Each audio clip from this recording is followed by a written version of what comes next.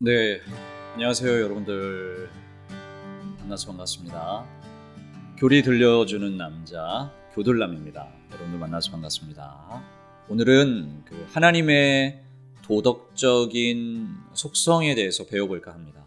이 하나님의 도덕적인 속성이라는 것은 뭐냐면, 우리가 지금까지 배웠던 것들은 이제 우리가 하나님의 인격적 속성이었었잖아요.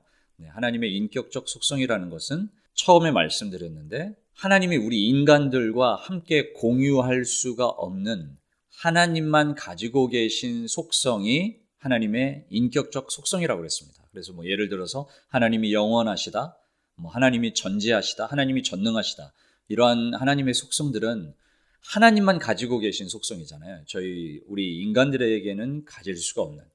근데 이제 오늘 배우게 될 우리가 도덕적인 속성이라는 것은 하나님도 가지고 계신 이 속성을 하나님이 우리 인간들에게, 하나님의 백성들에게 이러한 속성들을 전달하기 원하시고, 또 이것이 우리 인간들에게도 하나님의 속성이 나타날 수 있는, 우리가 가질 수 있는 이런 것들을 도덕적 속성이라고 말을 합니다. 자, 그래서 오늘 첫 번째로 나오는 건 하나님의 거룩하심입니다.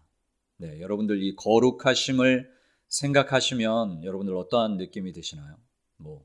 굉장히 거룩한 척 예배를 드리는 그런 목사님이나 장로님이나 이러한 모습들이 떠오르시면 안 됩니다. 하나님의 도덕적 속성인 이 거룩하심이라는 거는요, 그 의미가 어떤 의미냐면, 하나님이 악으로부터, 죄, 악, 이러한 것들로부터 완전히 분리되었다라는 것을 뜻합니다. 네, 하나님은 어쩌면 모든 것을 다 하신 전능하신 분인데, 못하신다라는 표현이 적절하지는 않지만 유일하게 하지 않으시고 못하시는 것이 있다면 죄, 악과 함께 결합되는 것을 하나님은 하지 않으십니다. 못하시죠. 하나님은 이 악으로부터 분리되어서 존재하시는 분입니다. 그래서 그 하나님이 악으로부터 분리되었던 이것을 하나님의 거룩하심이라고 말을 합니다. 그러면 이 하나님의 거룩하심은 성경을 보면 이렇게 악으로부터 분리되어 있는 것이 하나님이신데, 이 하나님의 이 거룩하신 속성을 성경 곳곳에서 하나님은 자신을 계시하셨습니다. 하나님이 성경 곳곳에서 나 여호와는 거룩하시니 하나님이 거룩하시다, 이러한 말씀 자체도 굉장히 많고요.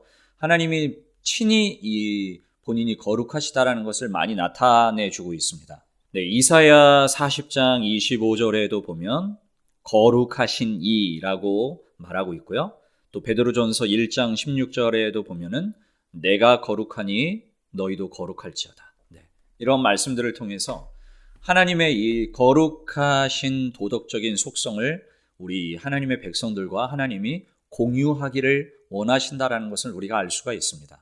이거를 잘 알아야 됩니다. 우리가 성경을 통독하다가 레위기 같은 데 보면은 제사법에 대해서 나오잖아요. 이 성경을 통독하다가 굉장히 많이 포기하는 부분인 이 레위기 말씀. 네, 수많은 어떻게 제사를 드리고 번제를 드릴 때는 어떻게 드리고, 이러한 것들이 뭘까요? 네, 이런 것들을 통해서 하나님이 구약 성경을 통해 하나님이 알려주시고자 하시는 것이 하나님의 속성이 굉장히 거룩하시다라는 겁니다. 그래서 하나님의 백성들도, 너희들도 이러한 제사를 드릴 때 성막 같은 것들을 성경에 보면 이제 레위기에서 이렇게 표현하실 때 그 하나님의 성막을 바깥들과 또 성소와 또 제사장만이 들어갈 수 있는 지성소, 이렇게 막 구별을 해내는 것들이 하나님이 거룩하시다, 악으로부터 분리되었다라는 것을 자꾸만 우리에게 알려주시는 거죠. 그렇기 때문에 정말 성경 통독하다가 많이 포기하게 되는 레위기의 말씀 같은 것들을 이렇게 쭉 읽어보면 굉장히 제사를 어떻게 드려야 되고 이렇게 드려야 되고 굉장히 이거 뭐냐, 지루하다, 참 엄격하다, 이러한 의미가 아니라 하나님의 속성 자체가 거룩하신 분이기 때문에 구별되고 분리되고, 이러한 것들에 대해서 하나님의 백성들과 나누고 싶어 하신다라는 겁니다. 근데 이 성부 하나님만 거룩하신 것이 아니라 삼위일체의 윗격으로 나타나시는 그 새 위격으로 나타나시는 성부 하나님, 성자 하나님, 성령 하나님도 다 거룩하신 분이라고 말하고 있습니다. 예수님께서 하나님을 거룩하신 아버지라고 얘기하셨고요.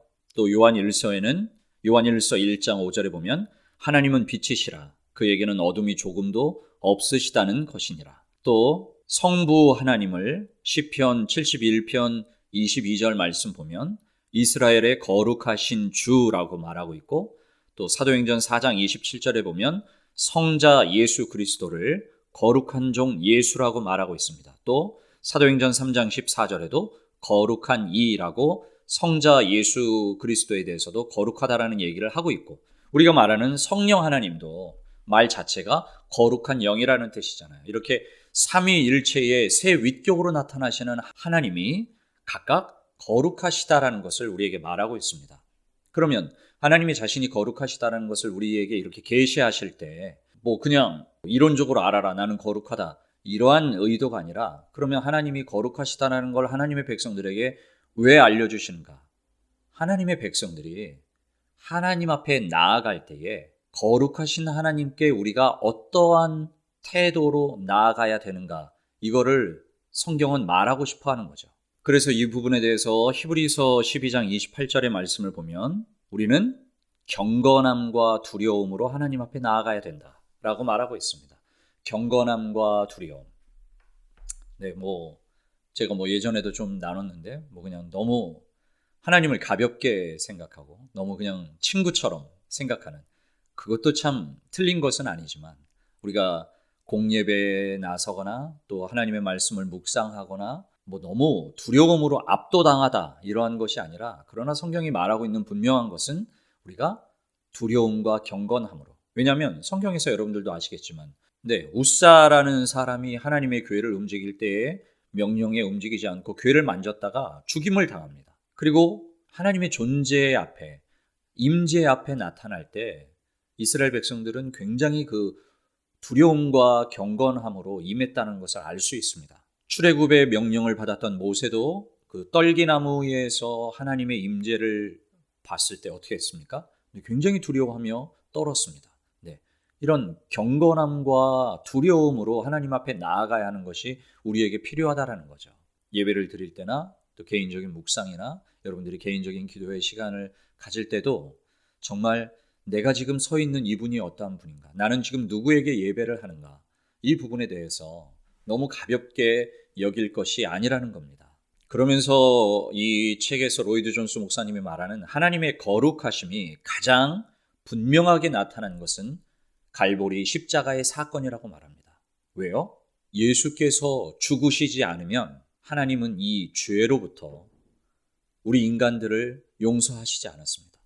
죽음이 없이는, 성자 예수의 죽음이 없이는 하나님 앞에 나아갈 수 없는, 그 하나님이 너무나도 거룩하신 분이기 때문에, 그리고 악과 죄와 절대로 함께 하실 수 없는 분이기 때문에 우리 인간들의 이 죄를 하나님이 그냥 품으시는 것이 아니라 성자 그리스도의 죽으심만이 하나님의 거룩하심에 합당하게 우리가 하나님께 나아갈 수 있는 길을 여셨다라고 말하고 있습니다. 자, 그러면 하나님의 의와 공의에 대해서 잠깐 또 얘기를 나누겠습니다. 여러분들 하나님이 의롭다, 또 하나님이 공의로우신 하나님, 의로우신 하나님, 이게 성경에 많이 나오잖아요.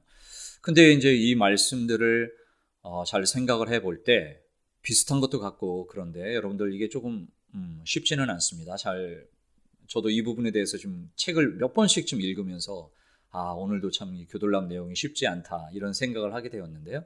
몇 번 읽으면서 전 개인적으로는 은혜가 됐습니다. 자, 이 하나님의 의라는 말은 의와 공의 모두 하나님의 거룩하심 때문에 생겨난 것입니다. 하나님이 거룩하시기 때문에 하나님이 거룩하심을, 이 세상 가운데 하나님의 거룩하심을 세상 가운데 하나님이 나타내고자 하시는 것이 의입니다. 의. 이걸 조금 어렵게 표현하면요, 입법적 거룩하심. 우리가 입법이라는 것은 뭔가 법을 만든다라는 거잖아요. 하나님의 거룩하심을 세상 가운데 구현하시기 위하여, 하나님의 백성들에게 구현하시기 위하여 하나님은 법을 만드시면서까지 하나님의 거룩하심을 표현하셨습니다. 그게 뭡니까? 여러분들이 잘 알고 있는 율법입니다. 하나님이 우리에게 율법을 주신 이유는 하나님의 거룩하심을 하나님의 백성들이 동일하게 세상과 구별하여 살기를, 하나님의 속성과 같이 세상과 구별하여 거룩한 백성으로 살기를 바라시며 하나님이 우리 인간에게 율법을 주신 것입니다. 네, 이게 의이고요. 공의라는 말은 이거는 좀 더 어렵게 사법적 거룩하심입니다. 의가 하나님의 거룩하심에 대한 하나님의 사랑이라면 공의는 죄에 대한 하나님의 혐오입니다. 그래서 성경 곳곳에는 하나님이 이 죄를 그냥 넘어가지 않으시고 하나님이 이 죄에 대해서 진노하신다라는 표현이 굉장히 많이 나온다는 걸 여러분들이 알고 계실 것입니다. 이스라엘 백성들을 계속 참으셨다가 결국 그들이 포로 생활로 돌아가는 것들, 그들의 죄악 때문이었죠. 그러니까 하나님은 이 죄와 악과 절대 함께 갈 수가 없습니다. 반드시 이 부분에 대해서 하나님이 진노하십니다. 그런데 참 은혜가 되는 것은 하나님이 의와 공의가 하나님이 진노하시고 이런 때만 나타나시는 것이 아니라 하나님이 우리를 용서하실 때도 하나님의 의와 공의가 나타난다는 것은 참 제가 이 책을 공부하면서 은혜가 됐던 부분인 것 같습니다. 성경을 제가 찾아볼게요. 자, 먼저 요한일서 1장 9절 말씀을 보면 만일 우리가 우리 죄를 자백하면 그는 미쁘시고 의로우사 우리 죄를 사하시며 우리를 모든 불의에서 깨끗하게 하실 것이요. 만일 우리가 우리 죄를 자백하면 그는 미쁘시고 의로우사. 네, 그분이 의로우시기 때문에 우리가 죄를 회개하고 용서를 구할 때 하나님의 용서가 그분의 그 의로우신 하나님의 속성 때문에 나타나신다라는 겁니다. 네, 왜요? 하나님의 의로우시다라는 게 뭐라고 그랬죠? 하나님의 그 거룩하심을 하나님이 사랑하시는 거고 거룩하심을 하나님이 이 세상 가운데 실행하시고 펼치시는 것이 하나님의 뜻인데 우리가 우리의 잘못을 회개하고 하나님 앞에 용서를 구할 때 그 하나님은 그 의로우신 속성 때문에 우리가 하나님 앞에 다시 돌아오기를 바라는 그 마음을 보시고 우리를 용서하신다라는 겁니다. 정말 은혜가 되지 않나요? 로마서 3장 25절의 말씀에도 보면 이 예수를 하나님이 그의 피로써 믿음으로 말미암는 화목 제물로 세우셨으니 이는 하나님께서 길이 참으시는 중에 전에 지은 죄를 간과하심으로 자기의 의로우심을 나타내려 하심이니 예수 그리스도를 십자가에 못 박혀 죽이시게끔 하셨던 이 성부 하나님의 이유도 하나님의 이 의와 공의라는 하나님 자신의 속성 때문에 그렇게 하셨다라는 겁니다. 자, 근데 우리가 이 하나님의 의와 공의를 다룰 때 하나님이 우리가 회개하면 그냥 죄를 용서하시는 그 차원으로 끝나는 것이 아니라 중요합니다. 하나님은 우리가 의롭다고 의로움의 과정으로 우리가 하나님처럼 나아가기를 원하십니다. 하나님께서는 우리를 예수 그리스도 때문에 우리를 하나님의 그 법정에서 원래는 우리가 진노의 자식이었고 죄인이었지만 어떻게 합니까? 하나님이 우리를 이제는 너희들은 예수 그리스도의 그 공로 때문에 우리의 죄가 없어진다. 그렇기 때문에 이걸 뭐라고 그러죠? 이신칭의, 믿음으로써 우리를 의롭다고 여기시는 겁니다. 그냥 죄를 용서하는 차원이 끝나는 것이 아니라 하나님은 하나님의 속성인 의와 공의로 우리가 나아가기를 바라시기 때문에 그렇게 되기를 원하시기 때문에 우리를 의롭다라고 칭하십니다. 이게 이신칭의.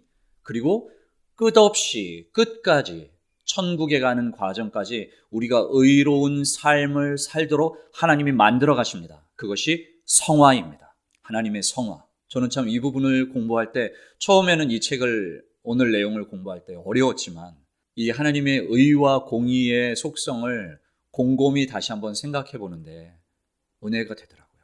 네, 단순하게 그냥 가볍게 예수님 때문에 나는 구원을 받았고 그냥 하나님의 의, 공의 이거를 많이 들어봤지만 이렇게 곱씹어서 이 책을 읽어가면서 하나님의 이 속성이 본인이 가지고 계신 자신이 가지고 계신 이 속성으로 인하여 하나님이 아들 그리스도를 죽게 하셨고 또 우리를 의로운 자로 믿음으로써 이신칭의의 그 단계로 우리를 이끌어 가시고 또 우리를 계속해서 의롭게 만들어 가시는 성화의 과정을 이끌어 가시는 분도 하나님이시다라는 것이 저는 참 오늘 은혜로웠습니다. 여러분들도 오늘 이 하나님의 거룩하심, 또 하나님의 의, 공의, 결코 쉽지 않은 단어, 지루하고 배우고 싶지도 않은 단어 같지만 이게 하나님의 속성입니다. 그리고 이것은 하나님의 도덕적 속성이기 때문에 우리 하나님의 백성들이 공유하기를 하나님이 원하십니다. 교리를 오늘 묵상하시면서 여러분들에게도 동일한 은혜가 있기를 간절히 소원합니다. 오늘 이 영상이 여러분들이 하나님을 알아가는 데에 도움이 되셨다면 구독과 좋아요, 또 알림 설정, 그리고 주변에 많은 교돌람을 아직 모르시는 분들에게 좀 홍보를 부탁드리겠습니다. 우리 다음 시간에는 나머지 2가지 정도 또 하나님의 도덕적 속성 함께 나눠보겠습니다. 여러분들 오늘도 감사합니다.